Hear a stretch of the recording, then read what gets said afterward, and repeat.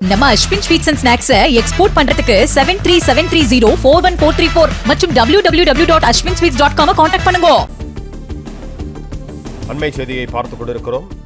சென்னையில் இருந்து வேலூர் செல்லும் வழியில் பெங்களூரு நெடுஞ்சாலையில் காரப்பட்டியில் தாவேக தலைவர் விஜயின் கார் திடீரென நிறுத்தப்பட்டது. இது தொடர்பான கூடுதல் விவரங்களோடு இணைகிறார் எமது செய்தியாளர் ராஜகுமரன். வணக்கம் ராஜகுமரன், உங்களிடம் இருக்கும் தகவல்களை சொல்லுங்க.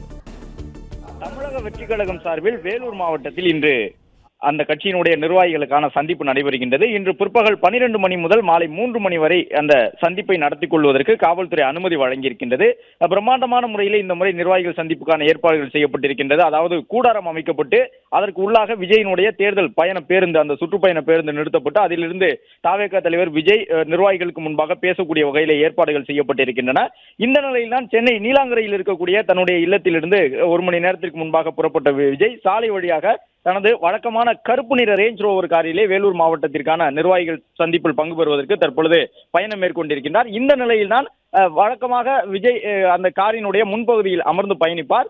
இந்த நிலையில் தற்பொழுது பயணம் செய்து கொண்டிருந்த விஜய் காரப்பட்டி என்று சொல்லப்படக்கூடிய இடத்திலே விஜயினுடைய ரேஞ்ச் ரோவர் கார் திடீரென நிறுத்தப்பட்டு விஜய் பின் இருக்கையிலிருந்து முன் இருக்கையில் அமர்ந்திருக்கின்றார். ஏனென்றால் விஜய் பயணித்து செல்லக்கூடிய வழிகளிலே நிறைய பேர் நின்று விஜயினுடைய வாகனத்தை பார்ப்பதற்காக காத்திருக்கின்றார்கள்.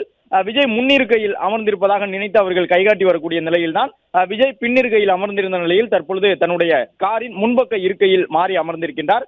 திடீரென தமிழக வெற்றி கழக தலைவர் விஜய் பயணித்த அந்த கார் நிறுத்தப்பட்ட நிலையிலே எதற்காக அந்த கார் நிறுத்தப்படுகின்றது என்கின்ற ஒரு கேள்வியோடு நிர்வாகிகளும் அந்த பகுதியில் நின்றிருந்தார்கள். ஆனால் விஜய் அந்த காரினுடைய பின் இருக்கையிலிருந்து எழுந்து தற்பொழுது முன் இருக்கையில் அமர்ந்து பயணம் செய்கின்றார். சரியாக 12 மணி முதல் 3 மணி வரை இந்த நிகழ்ச்சி நடைபெற இருக்கின்றது.